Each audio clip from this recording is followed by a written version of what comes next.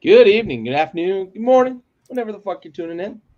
This is a special episode of Tailgate Trashtalk brought to you by Backyard Sports. We are previewing the CFP semifinal games as they are upcoming on New Year's Day. We've got the big bowls, the big boys playing. We've had about a month of, we don't want to say also rans, but kind of also rans. Bowl season's fun, but we are getting into the serious games of bowl season. I got Bentley with me tonight, man. How you doing?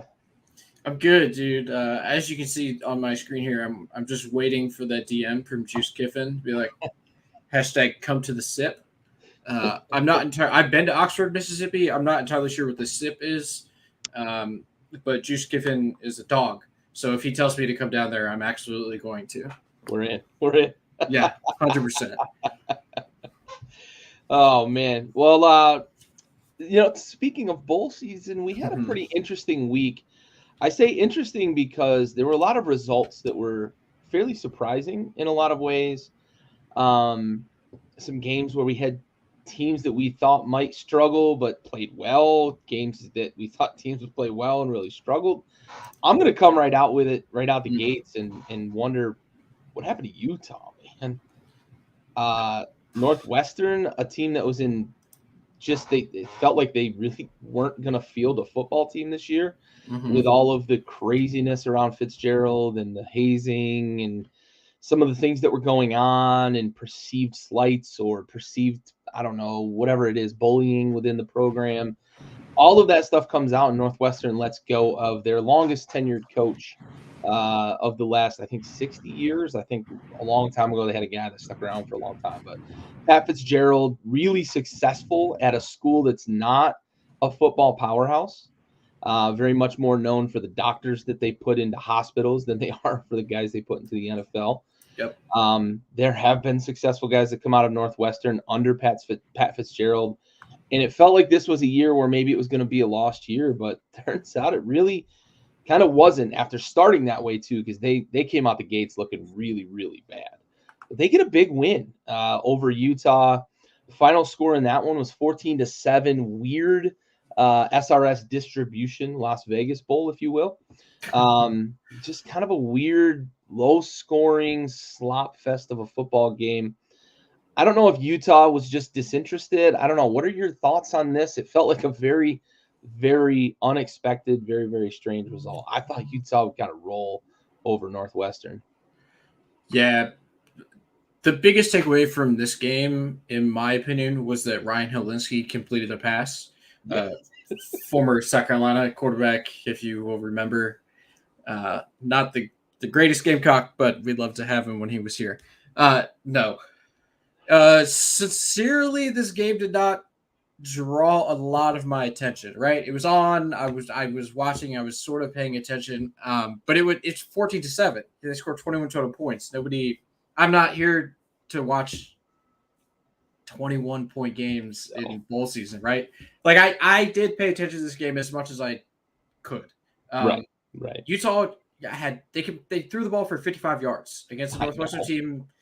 That, like, their defense is good. You know, they won 7 regular season games. Like, they're fine. They're a Big Ten West school. You always expect them to be sort of stout.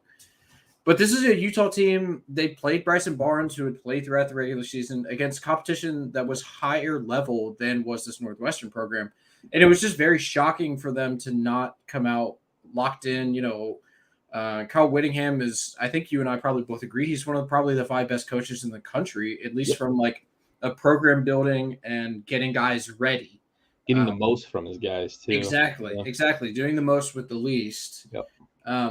So, yeah, I think you probably nailed it. They probably were not super motivated to play in this game, which is weird because it's a bowl game. You think that, like, if you're not motivated to play, just sit out and come back next year, right? Like, but I don't figure that they were super locked in because it was a bit of a letdown season for them.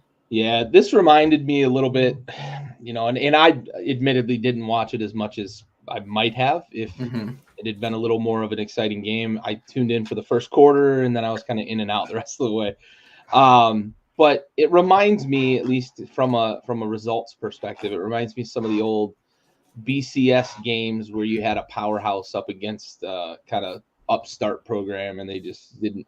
In the BCS era, when there was only one championship game, and you'd get a plucky Boise State team that would upset Oklahoma, that sort of thing, and you always kind of had to ask the question of like, are they just not checked in? I don't know.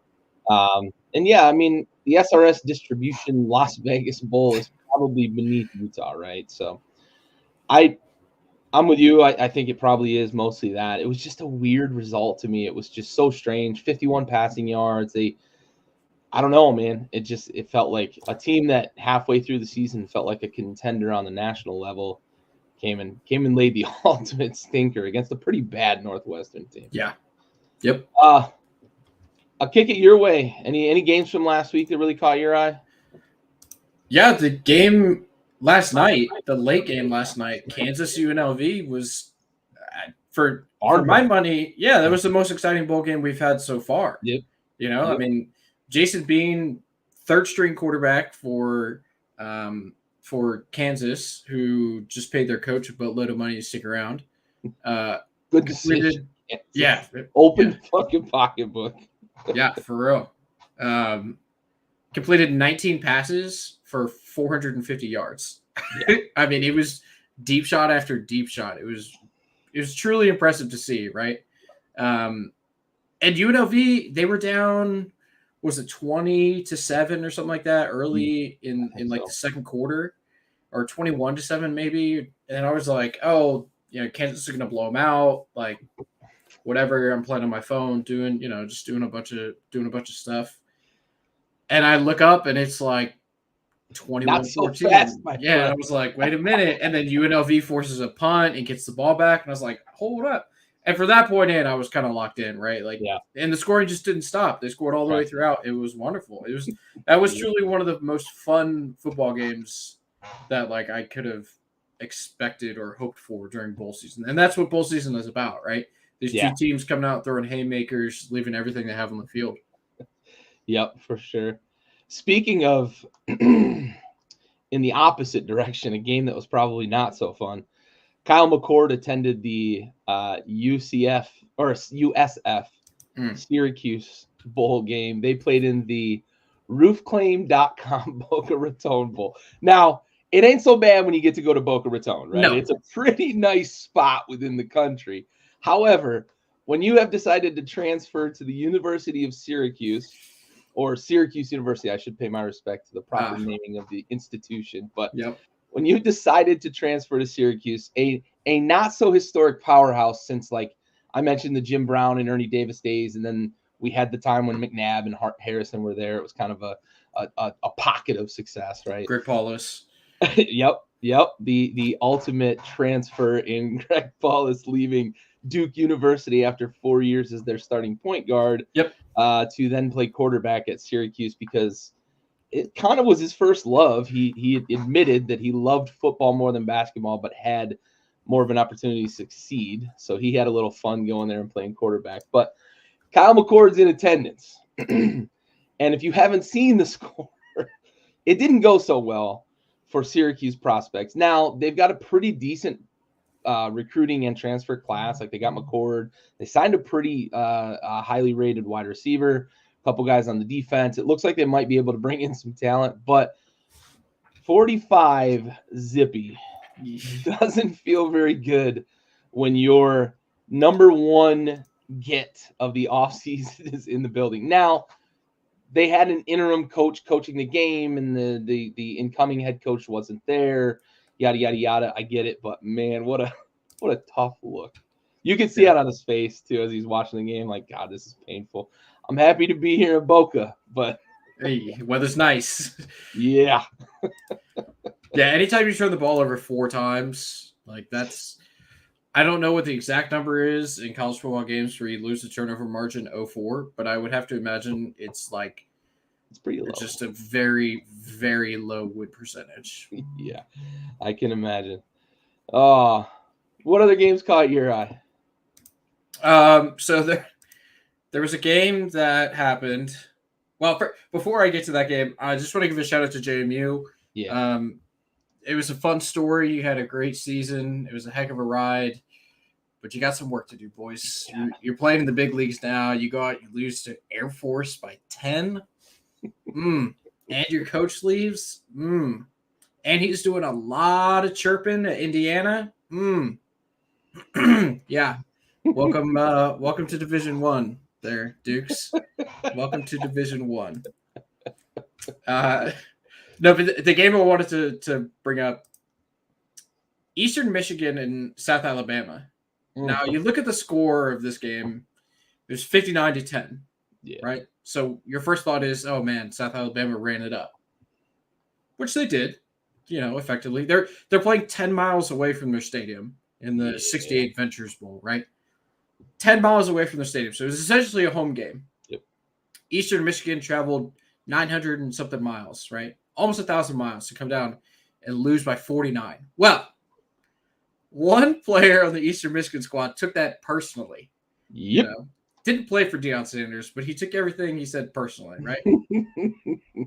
Corey Hernandez runs out onto the field after the game ends. Yeah. Like, South Alabama's out there singing the alma mater and listening to the band and doing all, the things you do after you win a game, basically a home game. He runs out there and breaks the first cardinal rule of football. You're on the field, you have your helmet on. Yep. He runs out without his helmet and throws a sucker punch into the back of one of the South Alabama players. And he breaks a second cardinal rule of football. Not only does he not have his helmet on, but he's out there by himself trying to fight the entire South Alabama team and proceeds to get his ass whooped in the end zone. And that was the most exciting part of the game, in my opinion. Yeah. And it scored 59 points. That's incredible. A lot of offense. Got it. Some bad play by Eastern Michigan. But the most exciting part of that bowl game was watching that jackass run back out onto the field and get his ass absolutely handed to him by like 3 South Alabama players. It was so funny. Yeah. Yeah. So what's even funnier is I was trying to figure out, I'd been looking throughout the week, has he come out and said why he did it? He apologized, right? Good on him. Grown man, apologize. You made a mistake, whatever. There's still no real indication of why he did it. And I was thinking maybe he went after a wide receiver because he's a defensive back. Maybe he went after a wide out. They were talking trash the whole game, whatever. It happens, right? Apex predators, they're going to go at it. He hit a cornerback on the other team. I don't know. He must have just first guy at the goal line, because it is kind of the closest guy to where he came from. Yeah. It's so weird. I've seen some speculation that he got a face mask called in the second quarter and was mad about it the whole game and let it boil over after the game. That was speculation that I saw. It didn't make a lot of sense. It's still unclear to me why he decided he was going to go out there lone wolf without a helmet against a bunch of dudes on the other team with their helmets on and try to, I don't know, sucker punch one guy. Man, what a silly decision. I can't imagine he's going to play many more games at the University of Eastern Michigan, but probably not. Yeah, that's a tough. It was exciting though. It was exciting. It got a lot of play on social media, that's for sure. Oh, all right. Well, before we get into the coming week and the big slate of games that we've got, are there any others that you wanted to kind of touch on before we transition? Yeah, I just want to give a shout out. This is more so, I have 2 quick shout outs, and both of them are off the field things, right? Because you said it kind of leading up. These are kind of the have-beens, and not the have-beens, but the non-premier bowl games. Also right? Yeah, exactly. Right. These are the bowl games that you and I really love because that's usually what our teams are playing in. Right. But these are the only ones that Syracuse gets in. That's exactly. And obviously, we didn't make a bowl game this year, but so there was a lot of social media buzz, and the head coach for Coastal Carolina caught some flack for going to Hawaii and taking a picture on the beach with a bunch of cheerleaders, and then proceeds to go out and win the game against San Jose State. So good for him. Proving the haters wrong. You can, in fact, go to, a bowl game and still have fun and also win. So good for him. Second one, the Texas State and Rice game, the Serpro First Responders Bowl, which was played in Dallas, Texas. ran out of beer in the stadium in like the third quarter. They drank them dry in the stadium. They were either getting after it or they didn't prepare very well there in Dallas. That's insane. That's crazy. That early too, because last call ain't till like halfway through the fourth. Exactly. You had like a quarter and a half left. Yep. You ran out. Ooh, man, them boys were saucing, or we didn't prepare well. I don't know. It's crazy too, because like you have two in-state teams, right? Yeah. Rice is literally in Dallas. Yeah. So I can understand if you have guys traveling from super far, they get hotels, like they're not going anywhere after the game, whatever. You're going to drink your drink your emotions dry. These are schools that like realistically could go home after the game. Right. It's in their backyard. Yeah, like, and their fans are like, nah, fuck that. We're burning it down. Yep. Good for them, man. That's impressive to me. Yeah. Good for them. For sure. All right. One last note from last night. Minnesota, I want to congratulate them for apparently winning the Super Bowl because they celebrated like crazy. Yep. A 5-7 Minnesota team that would traditionally not be bowl eligible. However, we have so many fucking bowls. They got in and they played Bowling Green and they won, and they've got the longest current active winning streak in bowl games. When you're playing doo-doo bowls against doo-doo teams, you can probably do that. But congratulations, PJ. Keep rowing the fucking boat, bud. Keep rowing the boat. All right, well, let's transition into this week, man. We've got the big ones, but we've got a heavy slate even before we get to New Year's Day. We've got North Carolina, West Virginia's going off right now. We were talking a little bit about that before we hopped on air. We're getting to see some of these young guys. I mentioned, we get to see some of these guys during bowl season. Guys are sitting out or guys are preparing for the NFL. Drake May, obviously, is preparing for his top 5 slot wherever he gets drafted there in the top 5, probably top 2 or 3. But wherever he goes in the NFL, that's what he's preparing for. And we get to see Connor Harrell get the start for North Carolina tonight. He's got a little bit of electricity in his legs. North Carolina probably still won't be able to stop a fucking nosebleed next year, but he looks like he could be exciting. And their offense may not take a super big hit with the transition from May. Maybe the passing game will, but they've got a couple of options in the run game. Hampton is a really, really good running back, and this Connor Harrell kid can run the ball. What are some of the games you want to highlight before we get to the big ones on New Year's Day? Yeah, so the Thursday slate is actually pretty good. It's solid. Rutgers Miami should be a lot of fun. I think Emory Williams is going to be playing quarterback for Miami. They're playing in Yankee Stadium, which is always a spectacle. It's very fun to just kind of see. But that's part of the allure of college football is you get these venues that don't always get, because College Game Day is not going every Saturday to like the Valero Shootout Bowl or whatever, right? But the Pinstripe Bowl is always a big deal. It's very fun to see, the events that occur around the game. But the game itself should actually be pretty interesting, right? Rutgers has been one of the best teams against the spread all season long. They've been a pleasant surprise this year. Yeah. Somehow they're 6-6. I mean, they played, a roughly difficult schedule. But Miami's coming in without their number one quarterback in Tyler Van Dyke because I believe he's transferring out. But Emory Williams is slated to start, I believe. And then the Rutgers is still a 2.5-point favorite because of Van Dyke not playing, right? So I mentioned them having the positive winning record against the spread. So it'd be interesting just to see the team that has the worst record is favored in the bowl game, but the underdog in the bowl game doesn't have their starting quarterback. Yep. So it'll be a fun matchup there to see kind of which team is able to establish a tone and send a message to the other side. Yeah, I think that would be fun. Yeah, I like Greg Schiano too, man. He didn't really catch in the NFL too much with his stint, but he went to a roster that was pretty bad, and it's sort of like what Matt Rule kind of went through in Carolina as well. Yeah. Sometimes these college coaches, they get hired at these locations that they're just not in good shape, and that's why they're looking in the college ranks. And unfortunately, it just doesn't go well. So good on Greg Schiano. He's kind of persevered. He's back where he made Rutgers a bit of a powerhouse there for quite a bit when the Big East was still a thing, and Ray Rice, and they had a really good defense to complement that running game back then, and it looks like he's starting to turn that program around because they were maybe the worst program in the country the last 2 years. They were certainly up there. What else?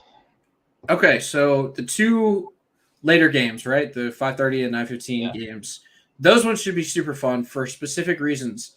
We're going to see two freshman quarterback, 5-star recruits start for one for Kansas State, Avery Johnson, the highest rated quarterback ever in the state of Kansas. He's the reason Will Howard is transferring or potentially going to the NFL because originally he was slated to go to Southern Cal, but that has kind of died down a little bit. I've heard that he may go to the league. Does Lincoln get his guy back if Will Howard doesn't actually go there? No, come on. That's such a sloppy situation, man. Come on. What a fumble of the bag by Lincoln Riley, dude. Yeah. Good Lord. Over Will Howard? Yeah. Wow. Oh, and the other guy, Jackson Arnold, 5-star recruit. I think he was like the third quarterback in his class or whatever, playing at Oklahoma. And so obviously Dylan Gabriel transfers out. Jackson Arnold era is slated to begin. But he's going to be fighting an uphill battle because he's playing against the hottest team in college football in the Arizona Wildcats, who I know you really love. Oh, yeah. Nick Fafita, they've won 6 in a row. All of the offensive linemen at Oklahoma have transferred. He's fighting an uphill battle, and he's only a 2.5-point underdog, which is a little wild to me. Yeah, I'm surprised by that number. I'm going to hammer the Arizona number on that. They don't have a lot of guys sitting out. I think they've only got like 2 that I think are hitting the transfer portal.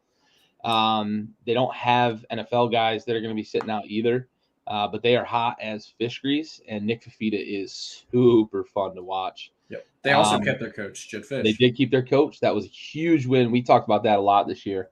It does help that it's his alma mater, right? I imagine that's got to have something to do with it. Not a huge booster club there, I would assume, in terms of football.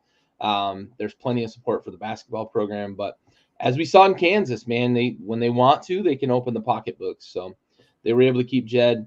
I think this is going to be an interesting game because we're going to see Oklahoma in their last game before going to the gauntlet of the SEC and having all those, you mentioned their entire offensive line hit the portal. Dylan Gabriel hit the portal. They're losing a couple of wide receivers to the NFL as well. Mm-hmm. And I believe one of their running backs is like a mid-round prospect in the NFL as well. So they are likely going to be in a world of hurt next year. So we're going to really see whether this Jackson Arnold kid has got what it takes to succeed. Because like you said, you put it perfectly. It's an uphill battle for him, his first start. And it's coming in a bowl game against one of the hottest teams in the country. They've won 6 in a row. And they've beat good teams in that stretch too, right? It's not that they've just been rolling over cupcakes. They beat Oregon State. They beat UCLA. They beat Utah when we still thought they were good before they lost to Northwestern, right? Yep. So yeah, it's going to be fun to watch. I do think Arizona's probably going to win this one sort of comfortably. But I will be interested to see what Oklahoma has to offer, right, with their transition to the SEC. And this could be a bit of a measuring stick for them to see if this Jackson kid can play, right? Which is probably going to be the biggest thing for them to take away from this game. I wanted to talk about Arizona as well, so I'm glad you brought that up. Yeah. There's a lot more. There's a lot more before the playoff. What's that? So there's a lot more before we get to the actual playoff games. Yeah, there's still plenty before the playoff. I'm just kind of going day by day and looking at them. I don't know how you want to break it down. You mentioned before we hopped on the show, where's DJ going to end up? And we see Oregon State, both of their top 2 quarterbacks have transferred. They don't have a conference next year. They're in a really, really bad spot. They're like dead last in terms of recruiting class. It's worse than that though. They have like 7 guys committed, all 1- and 2-star guys. It's tough there right now. 1, they lost their coach. 2, they don't have a conference. And the Pac-12 is trying to figure out, are we going to play a Mountain West conference schedule? How are we going to handle this? Are we going to absorb the Mountain West and keep the Pac-12 banner, that sort of thing? And at this point, I think the Mountain West has all the cards, right? But this, I think, is going to be an interesting game because Oregon State, I think, a little bit overachieved this year. But with the transition, with all the guys in the portal, this looks like an opportunity really for Notre Dame to put a stamp on the end of their season, where this was a bit of a disappointment for Notre Dame. You had the issue with the 10 men. You had Sam Hartman coming in, and we talked about it before the season started. It felt like having a quarterback like that might get them over the top. It clearly didn't. They're still the 16th ranked team in the country, but that's not where Notre Dame wants to be, right? There's a few programs in the country that when you finish number 16 at the end of your regular season, you're disappointed. And Notre Dame is definitely one of them. Yeah. So it'll be really interesting to see how they finish the season. I think they've got some momentum going into next season. They've got the transfer and Riley Leonard coming in at quarterback as well. They're trying to kind of retool at that position. But this matchup interests me because I don't know what the fuck's going to go on with Oregon State, man. And I feel really bad for the folks up there. You had a great season. You just kind of got left on the outside without a dance partner, really. And they're not the only ones, but they're more high profile than Washington State, and it's tough. It's a tough look for Oregon State, and if you get boat raced a little bit by Notre Dame here, it's probably just a jab in the side of everything that's gone on this year. So it might be a long road to hoe to get back to any sort of prominence for Oregon State. So I kind of would like to see them get a win in this game to at least go out on a good note. But we'll see. I'll always root against Notre Dame. So let's go Beavers. Yeah, they're playing the Tony the Tiger Sun Bowl, which is a great name. Great name. Unfortunately, it's in El Paso, Texas. Name. Yeah, great name. The downside is location. Yeah. They have to go to El Paso. Yeah. Which admittedly they have a really cool place to go. No, not at all. They have a really cool stadium. They do. But really nice facilities there. They've invested. Yeah. But not the place you want to be. Not the city you want to go to. No. As someone who lived there for multiple years, not a place that I would like to go back to. The best game of the day, though, on Friday is the night game, Missouri and Ohio State. Yes, it is. I assume Devin Brown is going to be playing quarterback for Ohio State. He was sort of in competition with Kyle McCord coming into the year. There was some discourse that they didn't exactly know who was going to play quarterback for them. And obviously McCord won that starting job. Yep. But Brady Cook and Cody Schrader, right? Yeah, I knew I got that right. Cody Schrader, the running back from Missouri. They're both going to be playing. I don't think Missouri has a lot of guys that will be out for this game. I'm pretty sure they're bringing a pretty full complement of players to the Cotton Bowl. It's a big time game. It's obviously not a January 1 game, but the Cotton Bowl, we've seen host January 1 games before. It's a big time venue. Missouri they were 10-2. They were really freaking good this year. We talked about Brady Cook a lot on this show throughout the season. His improvement and the way that he got better as the year went on, and how electric that team was with Drinkwitz leading the charge there. And obviously, in it, man. Yeah. Oh yeah. And obviously Ohio State feels a little bit kind of left out of the party, not making the playoff this year. But like you mentioned earlier, we get to see all the young guys, and we know that maybe nobody has a better bed of young talent than does Ohio State at any school in the country, right? It's like them, Georgia, and Alabama every single year. So we get to see some of those younger guys that, are not going to transfer, or not going to go to the NFL, obviously, go up against a little more seasoned of a team in Missouri. I think that game should be very exciting, personally. I'm excited for it. They have Ohio State as a 3-point favorite. Seems a little strange to me, but Vegas always knows more than I do, apparently. Yeah, those motherfuckers. Fuck Vegas. Yep. Yeah, that should really be an interesting game, though. I think one thing to look at too is Missouri. They've had success over the last few years. You don't really think of them as like a football program, but Drew Lock had them playing well. Brady Cook can spin it, and yeah.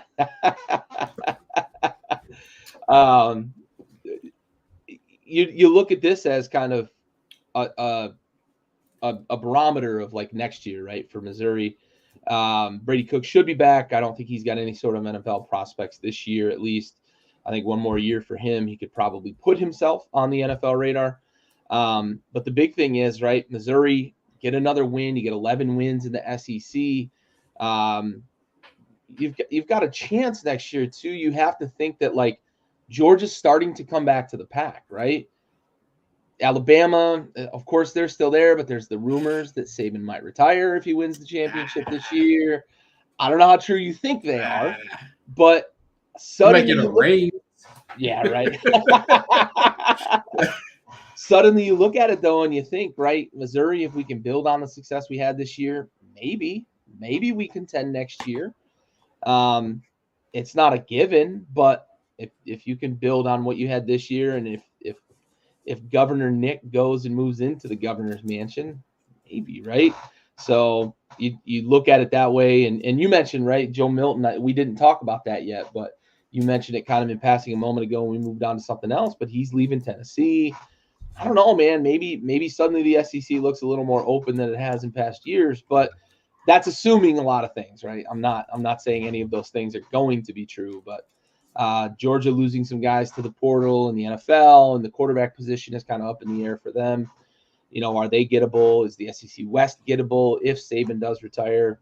Missouri might look at this as an opportunity to put a stamp on the season and say, we can play with the big dogs. If we can knock off Ohio State in the Cotton Bowl, then I think, you know, they have to feel really, really good about next year. Is the SEC still doing East and West next year? I don't know, because I know Ohio's changing it, and you know what? I know the Big Ten is doing away with it. Yeah, I know the Big Ten is, but because Missouri's in the East. Yeah, right. So I don't know.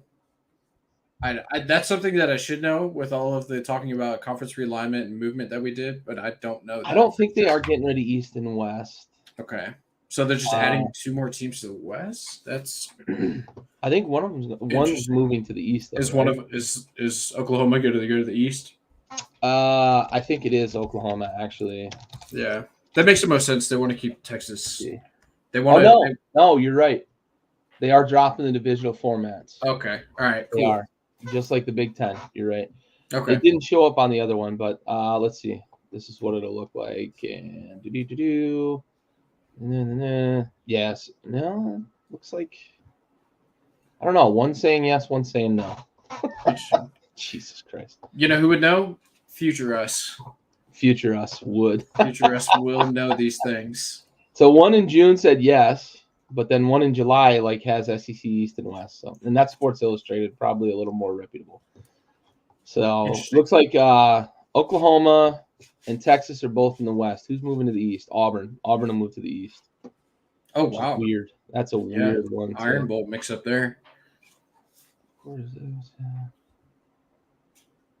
Oh, no, this is just speculation. Blame my ass. Ignore me. That's speculation about what it would look like. So we don't know. We don't know. No, we don't know. We'll find out, though. Google can't even tell us. But anyway, it's like a 1+7 format, though. They are going to keep rivalry games, and then you're going to play 7 other games within the SEC. So yeah.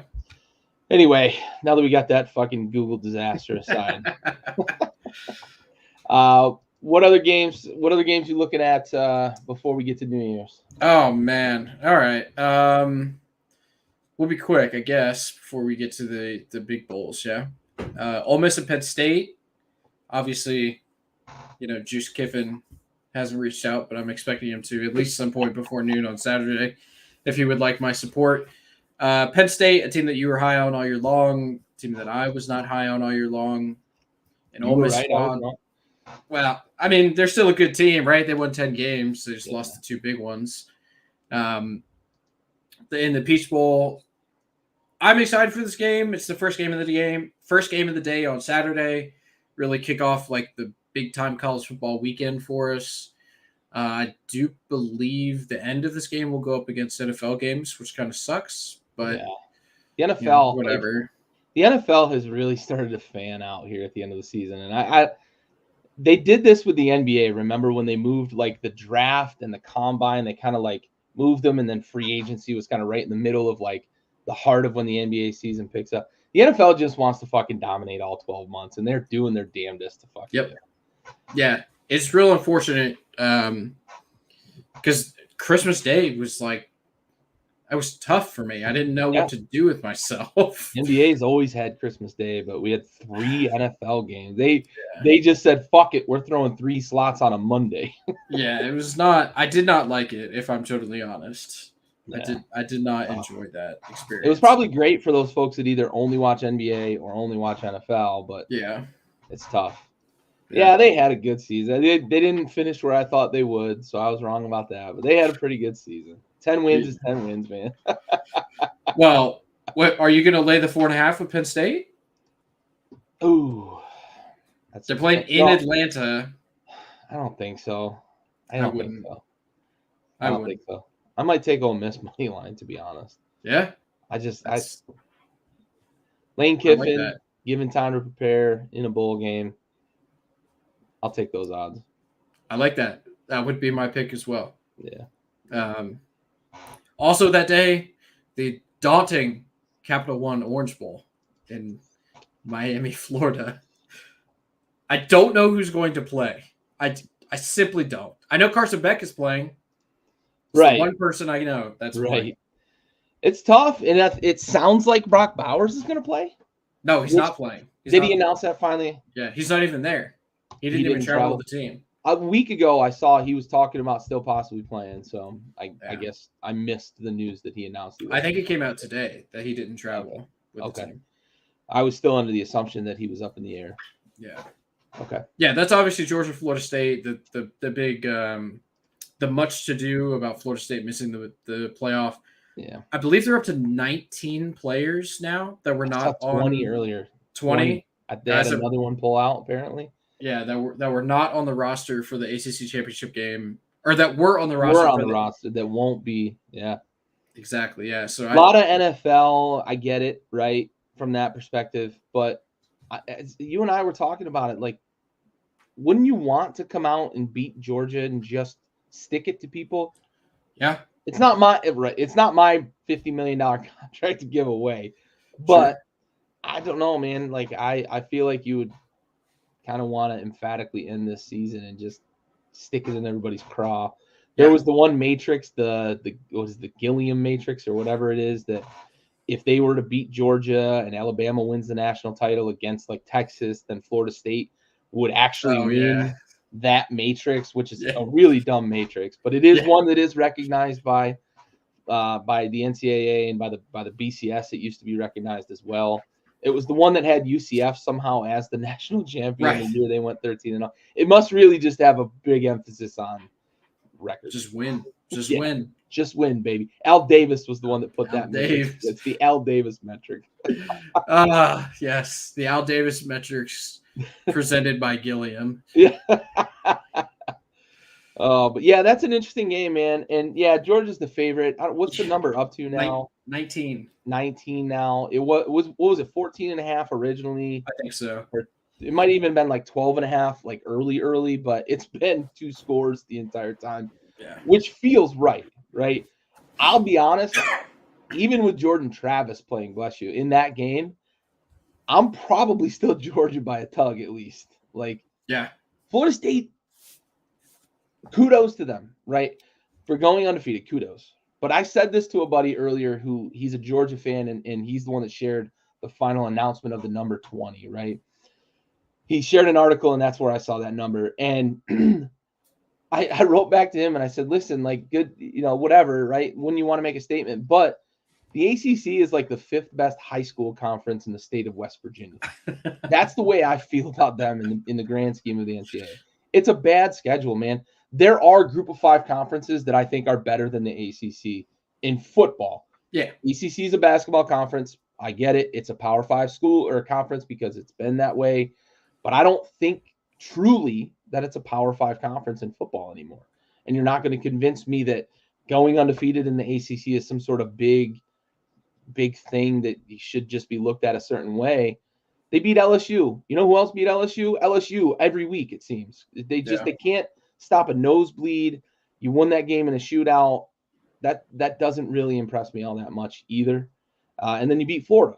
and they're talking, we're 2-0 against the SEC. You're kind of 2-0 against a mediocre SEC school and a bad SEC school. So I don't know. I'll get off my soapbox now. I'm just this whole Florida State thing is too much. They're going into this game without their top 2 quarterbacks because Tate Rodemaker has also entered the transfer portal. So they're down to Brock Glenn, the true freshman that started in the ACC title game.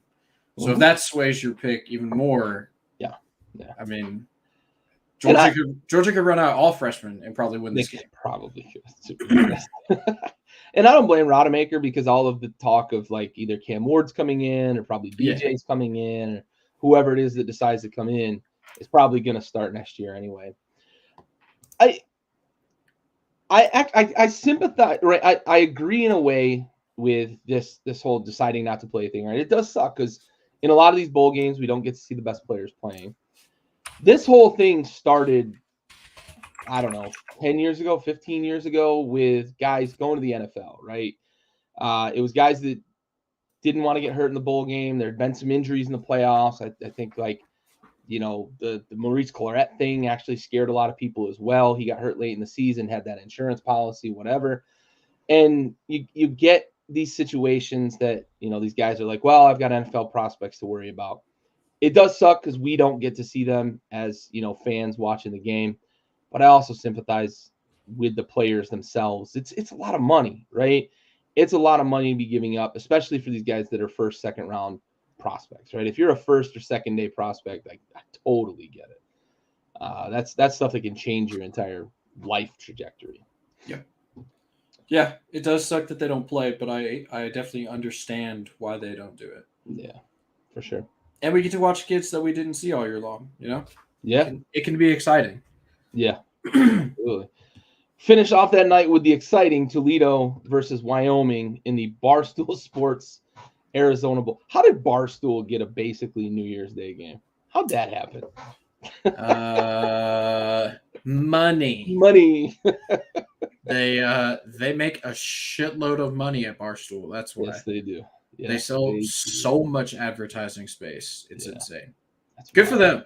Good, you know? Yeah. Good for them. Good for them. All right. Well, we've come to the big show.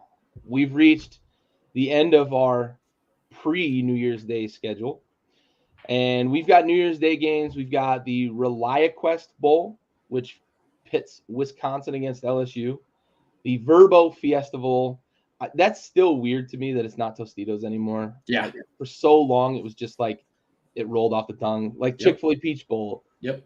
Tostitos Fiesta Bowl. Yep. That's Liberty versus Oregon. Now, for those that don't know specifically, Liberty is in this game. They're ranked number 23, which normally wouldn't get you a New Year's Day game, except they're the highest ranked group of 5, which was collectively bargained 5 years ago, I think, 6 years ago. Somewhere in that ballpark. Somewhere around there, in terms of guaranteeing a group of 5 team that finished in the top 25, went undefeated, yada, yada, meets all the criteria, gets into a New Year's Day bowl game. They get the reward for doing so. They get to play Oregon, the buzzsaw that is Oregon. Cheez-It Citrus Bowl, again, another odd sponsor to throw onto the Citrus Bowl. But that's Iowa versus Tennessee. Joe Milton, we're going to talk about him in just a minute. But Joe Milton has opted out of this game to declare for the NFL draft. And then we get to the CFP Semifinals of Alabama versus Michigan in the Rose Bowl and Texas versus Washington in the All-State Sugar Bowl. We'll save those 2 for last.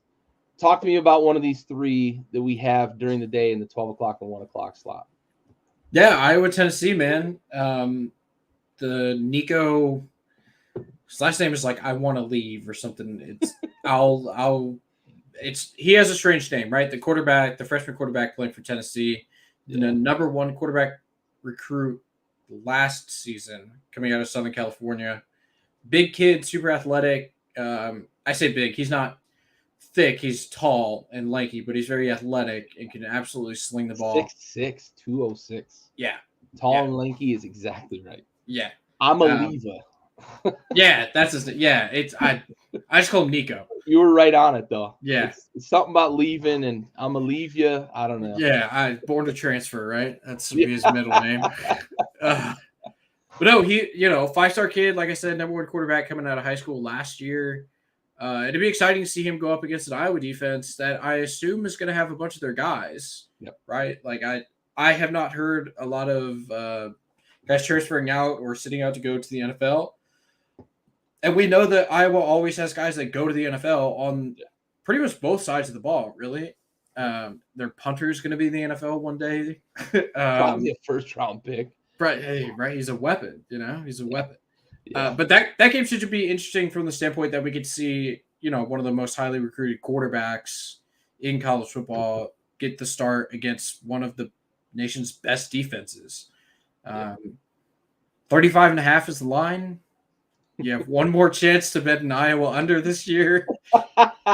Probably a good idea to do so. Like, you just worry about a special team score here or there, I think. Yeah. Or if Iowa gets a pick 6 or 2, I don't know. But I don't imagine there's a lot of offensive scoring in this game, if I had to be honest. I think Tennessee's got like 2 of their wide receivers sitting out too, and yeah. So I want to ask you the question though, Joe Milton. Yeah. I was surprised by that news today. Yeah. He's declaring for the NFL draft. Yeah. Not sitting out because he's transferring, not sitting out because he's injured, not sitting out because he wants to prepare for next season. Sitting out because he's declaring for the NFL draft. I'm going to ask you point blank, what are your impressions of Joe Milton as an NFL quarterback?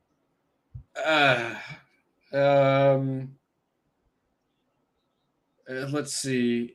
If you took Braxton Miller and made him less athletic and give him a bigger arm, I think give him Jamarcus Russell's right arm. Yeah, like he's not a good quarterback. He just throws the ball really hard and really far.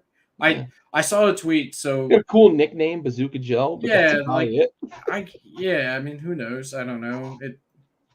But fucking anybody can play quarterback in the NFL these days. I mean, Tommy DeVito, and I mean, you can stick around for a long time with not being a good quarterback. No, there's like 3 good quarterbacks in the NFL right now. Seems that way, doesn't it? It's crazy.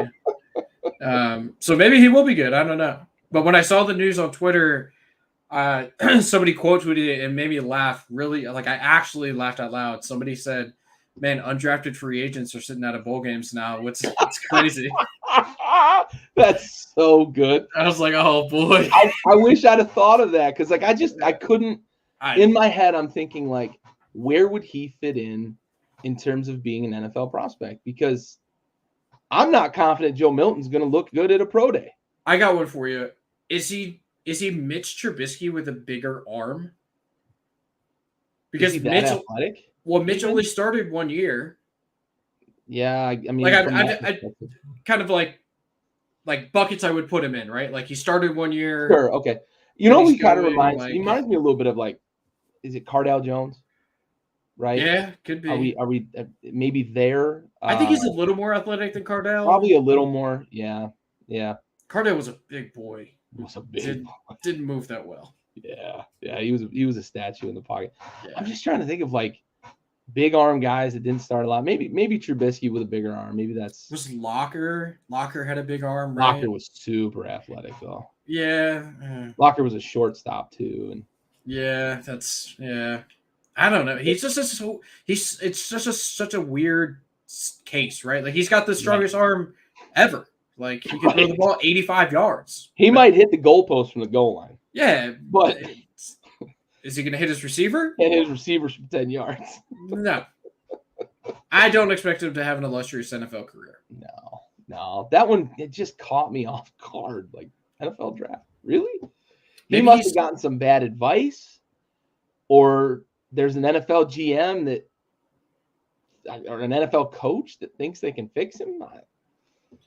You can't teach arm strength, but man. Could he be a tight end? Maybe he's gonna change positions. Could he do the Tebow route, but like do it correctly? Who knows? I mean, maybe. I don't know. Yeah. What shot do you give Liberty against Oregon? 0. 2 touchdowns, 16.5. It opened at 14.5. It's been bet up to 16.5.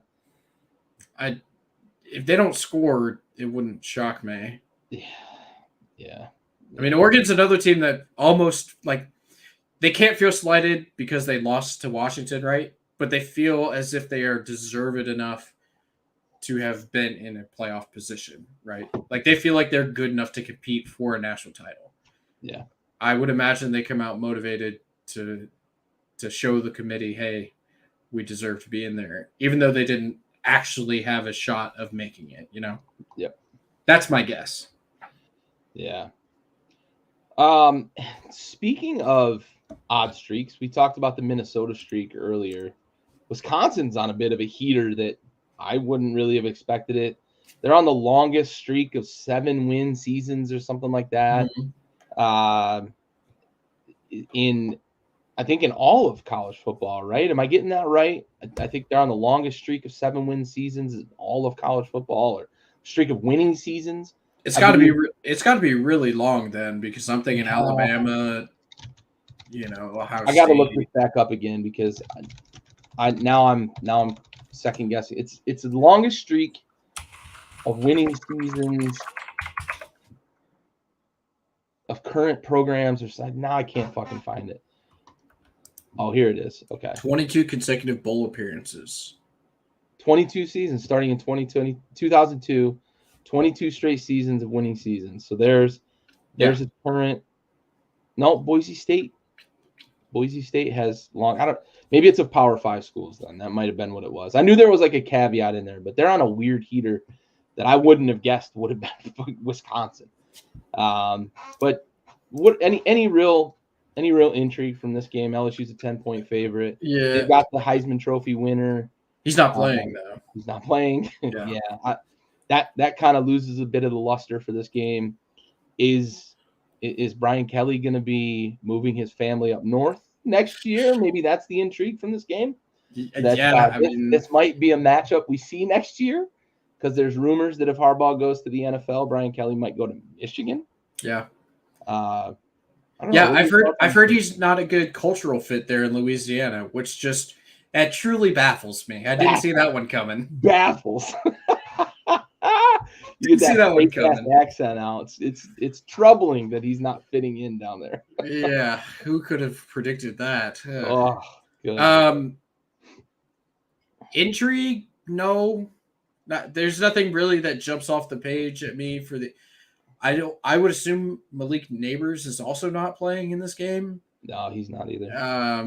He might be a top fucking 10 pick too. Yeah, that dude is stud. Yeah, LSU just keeps putting receivers in the top 10 of the NFL draft. Woo!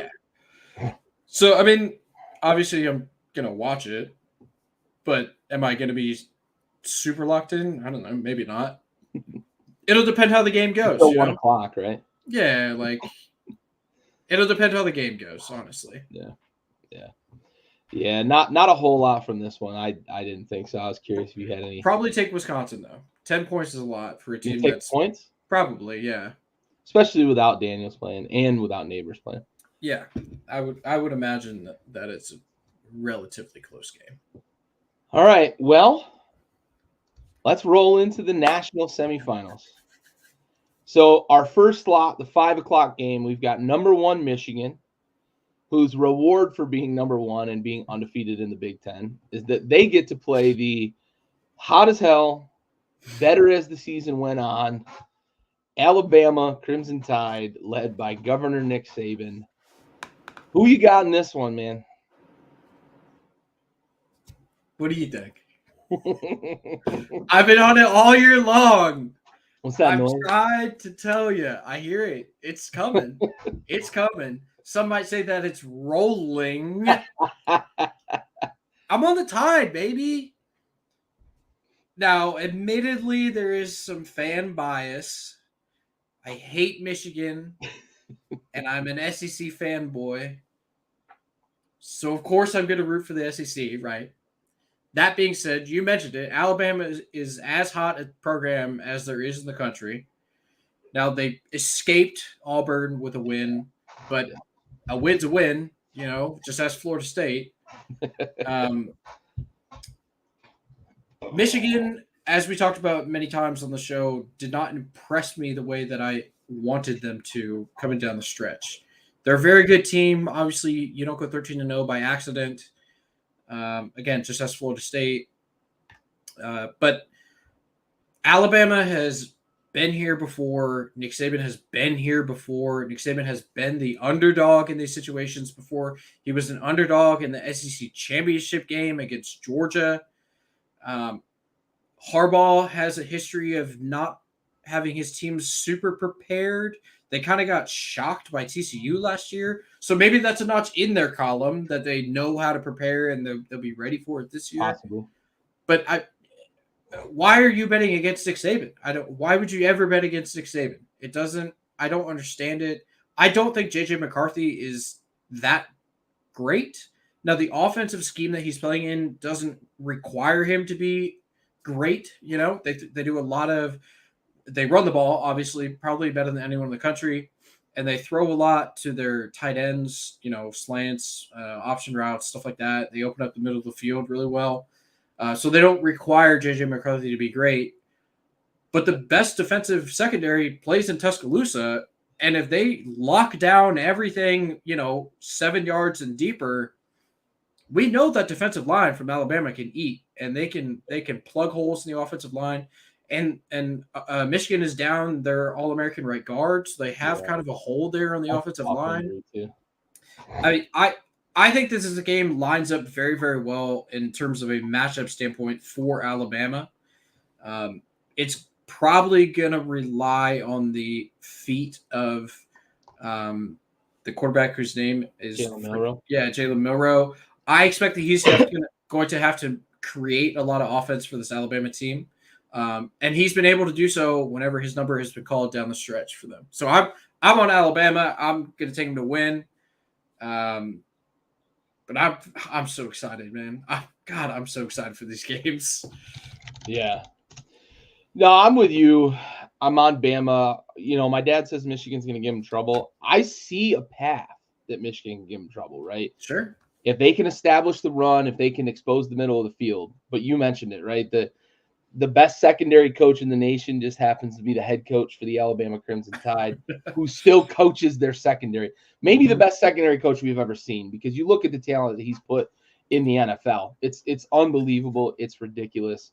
And he just does it every single year with new recruits that come in, new guys that he's cultivating, and he's putting top 15 cornerbacks in the NFL draft, it seems like every year. But it really is everything you said, right? It's Alabama can establish both lines of scrimmage. They can get after it on both sides of the ball. And I think Michigan losing, a pivotal point in their offense, an All-American, it's hard to make up for that. Alabama's historically been really good at interior pressure. So I think that could be a bit of a problem. And I don't think J.J. McCarthy can get you out of bad plays, which is, I think, what happened last year against TCU, that 3-3-5 defense that they run. Yep. I think it just gave them fits because they weren't able to gash the way they wanted to gash with the way that they were able to plug holes with their linebackers and their hybrid safeties in that defensive scheme. It's a very unique defensive scheme. Shout out to video game days when I was younger. I used to run the 3-3-5 all the time for that reason. You can bring blitzers from all over the place. I loved it. You got to have the right guys up front. TCU had that last year, and I think that's what gave Michigan big fits. I think Nick Saban's going to roll the dice like that a lot too, and just kind of give really kind of amoeba-like looks. We've seen him do that quite a bit. Guys standing up that are normally foot in the grass, that sort of stuff. Nicky's going to have a plan for him, right? Give Nick Saban a month. He's going to have a plan for anybody. And I don't think that J.J. McCarthy can overcome a bad play. I don't think he's a guy that's going to get you out of bad situations. Halfway through the year, there were people that had J.J. McCarthy as like a first-round quarterback. Yeah. What are we doing? Are you watching the same stuff that I'm watching? You mentioned Michigan hasn't really impressed. They really have not bullied people the way that they did last year and the way I expected them to this year. I don't know if they were all in just, we'll get to the playoff, make sure we beat Ohio State, we'll take care of business elsewhere, but hard to turn it on, man. Hard to turn it on when you haven't done it all year. There's a path because they've got a really good secondary themselves. If they can turn Milroe over a couple of times and get him rattled, maybe he's not making the same types of plays with his feet. But I will say, I give a ton of credit to Tommy Rees for after the USF game, after the struggles he had in the loss to Texas, he really figured out Jalen Milroe has two strengths, and we're gonna ride that pony all the way to town, throw it deep, and run the ball. That's what they do, and that's what they do really well. And they've got themselves another tandem at wide receiver that can really go get it. So I think this is going to be a fun game. I don't think that it's going to be a blowout, but I do think that Alabama, it's going to be at least a somewhat comfortable win for them. Maybe they're up 4 with the ball late to run the clock out, something along those lines. I'm glad that you mentioned Tommy Rees, or actually what you said was Nick Saban will have a plan for Michigan. Yeah. Nick Saban has a couple of secret weapons stashed away down there in Tuscaloosa. So great. One of them being Tommy Rees, who, as we know, came over from Notre Dame. Who does Notre Dame play every year? Michigan. So Tommy Rees is familiar with Michigan and those boys in Ann Arbor. However, the greatest saga in maybe college football history, at least recent history, has yet another wrinkle in the storyline. Not 3 weeks ago was there a new hire brought in the football analyst position down in Tuscaloosa. One Connor Stallions was hired by the Alabama Crimson Tide to be a football analyst. Yes, that Connor Stallions, one who was accused of stealing other teams' signs for Michigan and read a 65-page manifesto. Oh my God. He knows everything there is to know about Michigan football. And he now works for Nick Saban in Tuscaloosa. And he probably will not work there next year. Nick Saban's like, you're here for a month. He might not work there January 2nd. Yep. His contract might just be until midnight January 1st. Yep. He said, when there are 4 zeros on the clock, your contract has ended. Thank you. Ended. unless you have a play script written for like Texas or Washington, then we can. Which he might. He might. But that's just, I died when I saw it. I laughed so much when I saw that Connor Stallions was hired by Nick Saban. It's the best. So good. That's why college football is undefeated. College football is the best sport in the world. Oh, it's tremendous. All right, well, we've got one more on the slate January 1st. That is Texas versus Washington. And this is a bit of a clash of styles. Texas on offense does like to kind of throw it around with Ewers a little bit, but they are much more be physical up front. They want to run the ball. They want to work off play action. Washington, on the other hand, wants to be physical with the run to set up that spread passing game that they have, right? Defensively, Washington wants to be athletic because they have to cover all those damn wide receivers and dual threat quarterbacks in the Pac-12, whereas Texas, and we talked about this before they upset Alabama, they got some big, physical, athletic boys on that side of the football. I want to get your thoughts on this game, man. You've been on the Texas train all year, so I'm going to give you the floor. What do you see playing out in this game? Yeah, I've been on the Texas train. I'm going to stay there. And that is not – I'm not trying to discredit Washington at all. They're 13-0. They beat Oregon twice. They beat Utah. They beat Southern Cal. They beat a bunch of good teams all year long, right? They're a good program. They have a phenomenal quarterback. Their play calling head coach is maybe one of the best in the country, maybe the best in the country of like in-game situational play calling. I don't know that they have the talent to play with Texas. Texas has NFL guys on both sides of the line of scrimmage.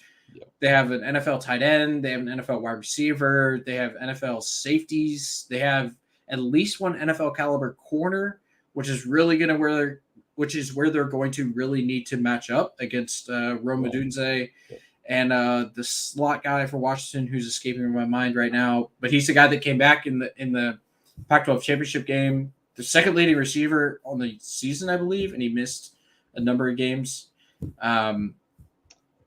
But regardless, you mentioned it. Me too. Hold on, I can find McMillan? it. Probably Jalen McMillan. No, Jalen Polk. McMillan is the guy that missed time. Okay. Polk is the guy that's been there. So McMillan is third on the season. Yeah. Oh, yeah. by a bunch because he missed a bunch of time. Yeah. My apologies there. Led them in receiving yards in the championship game, though. Yes. But you mentioned it. Washington likes to run the ball, and you highlighted it earlier. I think after the championship game, where you talked about how their offensive line development has improved. Like that whole line has improved so much throughout the year. They're able to run the ball very physically to set up the spread action that they like to run. Run out 4 wide. Yep. Move the tight end off the line, or even just run out 4 wide receivers. They do throw the ball down the field quite a bit when they're not running the ball, and they're extremely good at that because Penix slings it out there with his left arm better than almost anybody in the country. How fun is it watching left-handed quarterbacks? It's God, great. it's so beautiful. It's great. So Especially when they're not on my team. Yeah. But I just don't know. Again, the defensive line, I think they have 2 guys at Texas that are over like 350 pounds on the defensive line. Like they just 2 tackles interior. Oh my God. They're both first-round NFL guys. And they Sweat so and goddamn good. Yeah, it's crazy. You said it. 2 first-round guys on the interior defensive line is insane. I don't know that Washington has seen physicality the way they're going to see it in this Texas game. We just heaped a bunch of praise on Alabama's linemen. This is a Texas team that went into Tuscaloosa and handled both lines of scrimmage against that Alabama team. And they're going to get to prove that against an undefeated Washington team. I just don't know that Washington has the horses up front to stick around with this Texas team. Yeah. Not only do they have, I think it's 5. Is it 5 guys on the defensive line, 300 or more? Yeah. 301, 308, 335, Sadir Mitchell, 362 to Tavondre Sweat. He's the dude that eats up the space. Yep. On that. And he's a freak athlete too. Athletic. He's like Jordan Davis. He's sort of like what Jordan Davis was. I tried really hard in the last month to come up with a way to be the smartest guy in the room, right? How do I convince myself that Washington is going to win this game because they're the underdog? And I know most everybody's going to be on Texas, right? And I couldn't find it. I just couldn't find it. There's one scenario I see that Washington could win this game, and it's what Dylan Gabriel did to Texas in their matchup this year. But we haven't seen that from Michael Penix a lot this year. A lot really since he was at Indiana when he had the devastating injury. Yeah. Which is probably why he doesn't do what he did there as much, which is why he probably doesn't do what Dylan Gabriel did to Texas as much. If we see Penix start to break the pocket, run the ball, move the chains with his legs a little more frequently, we could see them maybe wear down that Texas defensive front because they are a lot of big guys. And they could start to get a little more time in the pocket. And then you start to get guys like Rome and Polk and McMillan, and you get them loose. Those guys are NFL wide receivers. That could be a real problem for the Texas secondary because I don't care how good you are. When a quarterback's protected, you've got an opportunity to get open, right? With that much talent at wide receiver as well. And if they can wear down that Texas defensive front, they'll be able to run the ball. They've got a couple of running backs that complement each other pretty well. Do I think that's going to happen? I don't. I think that we're going to see a lot of collapsing the pocket from this Texas front, and it's really going to give headaches to Washington. I could honestly see this more so than Alabama against Michigan. I could actually see this being a little bit more of a blowout than I could see Alabama blowing out Michigan. Now, Alabama certainly has potential to blow out Michigan. Sure. If Alabama doesn't show up, Milroe turns the ball over a bunch. Michigan's talented enough to turn the tide on them as well. But I just look at Texas, man, and they've got athletes at all 3 levels. They've got NFL talent at all 3 levels on defense. It's going to be hard to move the ball on them. And I don't see Washington's defense stopping Texas offense. Xavier Worthy is A1 when it comes to wide receivers in the country. That dude is awesome. And they can run the ball really well despite losing their number 1 running back earlier in the season with his knee injury. So yeah, I'm with you. I'm on the Texas train now. I'm officially on. I apologize, Longhorn fans, because that probably means I just jinxed you. Yeah. But I'm with you. Texas, I think, has too much next level talent for this Washington team, who's been awesome. It's been fun to watch. Even during their swoon, it was fun to watch how they figured it out in game and were able to overcome. You mentioned it. They've got some really, really good in-game management at the head coaching position. He calls plays on offense too. And they do a really good job of like figuring out how to get to the next play, how to get to the next series, and how to get points on the board enough to win games. And that defense surprised a bit in a couple of those games where they struggled on offense. So kudos to them. Man, I'm with you though. Texas is, I think it's just too much. I think it's too much for them. If Washington's able to engineer some long drives, if Penix uses his feet more than we've seen him, I think he could, because he is a pretty supremely athletic guy. I just don't know if they're going to be able to engineer those 12, 13, 14, 15 play drives that we saw them do that against Pac-12 teams. And that was a lot of how they established, especially against Oregon in the Pac-12 championship game. They got really physical with them. And I believe you and I talked about that. During their struggles, I think we all kind of forgot how physical Washington can be. Sure. I don't think they're going to be able to out physical Texas, though. I agree. I would not be upset if Washington won this game. Same. They're a very exciting team to watch. A lot of fun. Mm-hmm. I would be upset if Michigan beats Alabama. I don't want to watch them. I get it. I don't want to. They're not fun. They're not fun to watch. That is very deliberate, very deliberate football that they play. Yep. They'd have fit really well in like the 80s in the NFL. Probably, yeah. Honestly, they might be able to score on the Commanders right now. Oh yeah. Oh yeah. Blake Corum would go for $120 and 2 tugs. Yeah. If you take Jonathan Allen and Deron Payne off the field, they probably could score on Washington. Yeah, for sure. I also think, like, from a matchup perspective, I think I want to see the rematch. I think I want to see Bama Texas rematch, and we'll see. Why not? We'll see, because that was an exciting game, even with Milroe struggles, and it was exciting last year, and I think it'll be exciting again if we get that for the national title. I know there's a large contingent of the national population that probably would be up in arms and I don't want to see that game played again. We already saw it once. Yeah, it was a good game. Probably it. Maybe they were the 2 best teams in the country all along. Could be. It was. Could be. It's very, very possible. Oh, all right. So I want to get your early prediction. So we both picked Alabama. We both picked Texas. I'm going to get your early prediction, and then we're going to be able to adjust our prediction next week because that's how it works, right? Yep. Bama, Texas, assuming they both win. Who you got in the national championship? I don't know how to bet against Nick Saban. I don't think I'm physically capable of it. He's going up against another one of his former coaches in Sarkisian. He's seeing a team for the second time in a season. We know that's tough. That's an important thing. Yeah. This Alabama team is better now than they were was it week 3 when they played? Yeah, it was early. Week 3, week 4, something like that. I said that Georgia was the most talented team in the country, and I said that Alabama might be the only team that has the athletes and talent to stick with the Georgia team. Well, they beat Georgia. They already beat them. So by my calculations, that means that Alabama has more talent than does Texas. And they have the better coach. I would have to go Alabama. By my calculations, I would have to go Alabama. Yeah. I would be a little hesitant because I still think that Texas is very, very, very good for all of the reasons that you and I have laid out here tonight. Yep. I would go Alabama.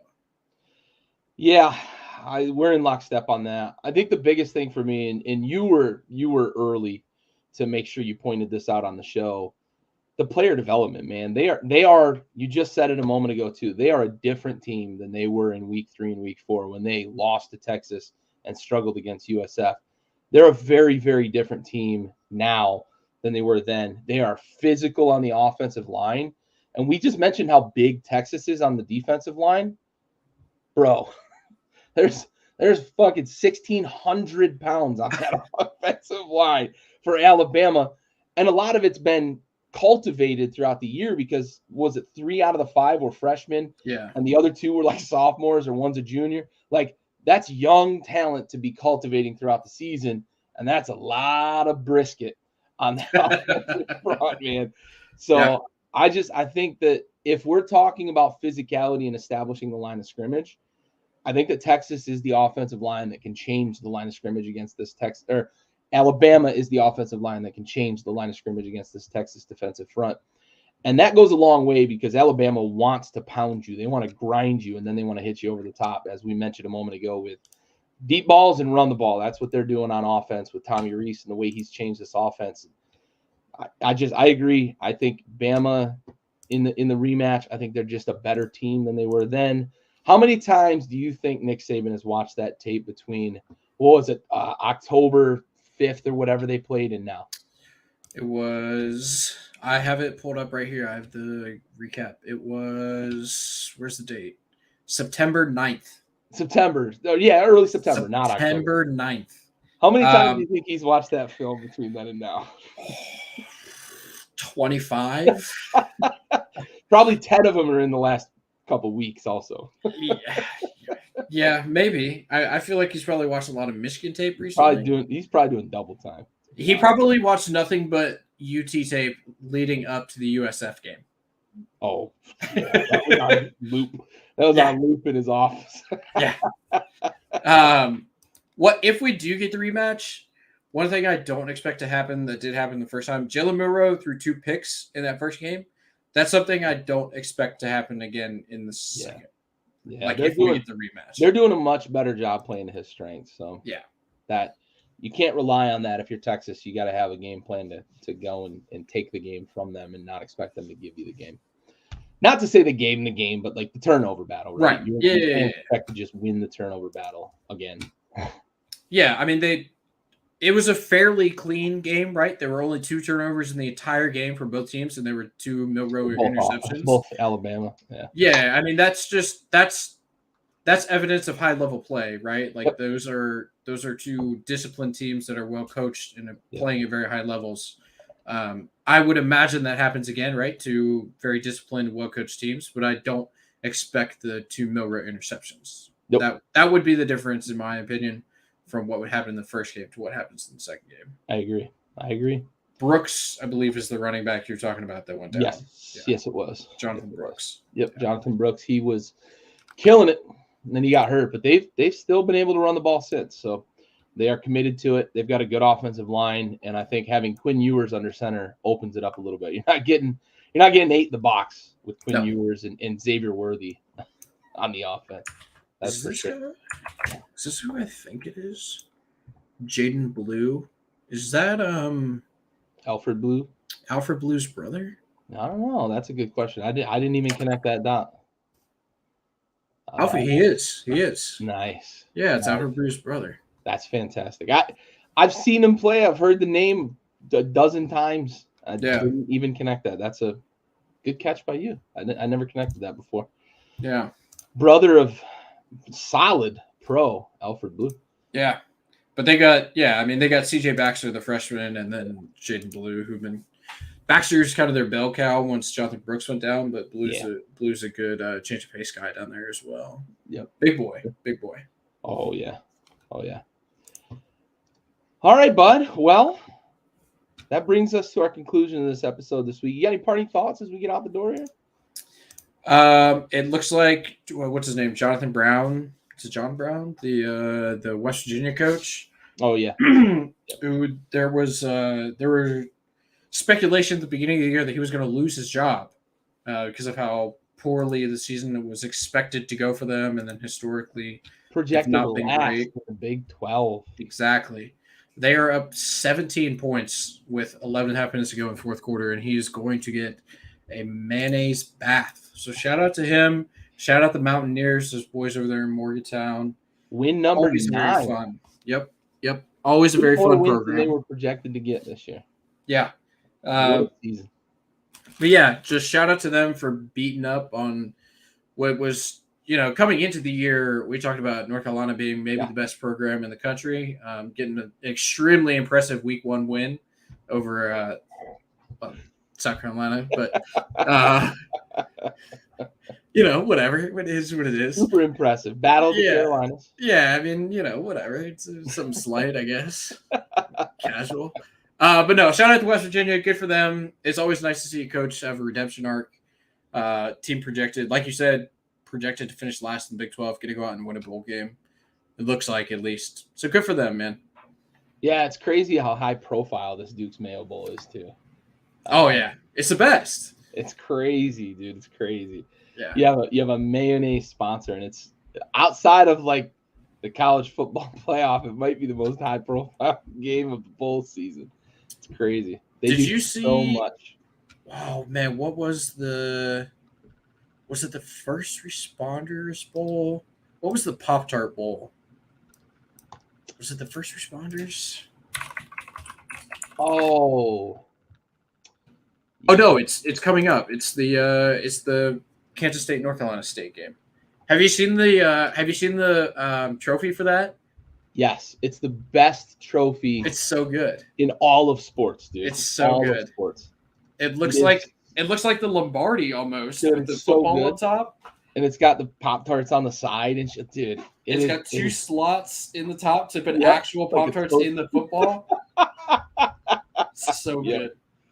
It's the best trophy in sports, man. Yeah. No Davey O'Brien, no Lombardi, no Lord Stanley. It's the Pop-Tart trophy. It's tremendous. They did a killer job with that trophy. Yeah, for sure. Very, very good. That's what bowl season's about, man. Oh yeah, just wild cool stuff. Trophies, like fun events, getting a Mayo bath. It's the best, dude. It's the best. What have they been doing that 3 years now? This is the 4th year. I think they did the Mayo bath because the first year or the first 2 years of the Duke's Mayo sponsorship, they didn't actually do a Mayo bath. That was something new that they brought in a couple years after. So, I just know that Shane Beaver got one. Yeah, he did.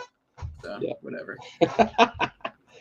Oh, all right. Well, for Bentley and the rest of the guys here at Backyard Sports, this has been our last episode of Tailgate Trash Talk before the college football playoff semifinal kicks off. Next week, we will be talking national championship game and any other news that has popped since. And of course, we'll be reviewing the games that we previewed this week. Appreciate all the attention and the participation in the chat. Dad, always appreciate it. On that note, we are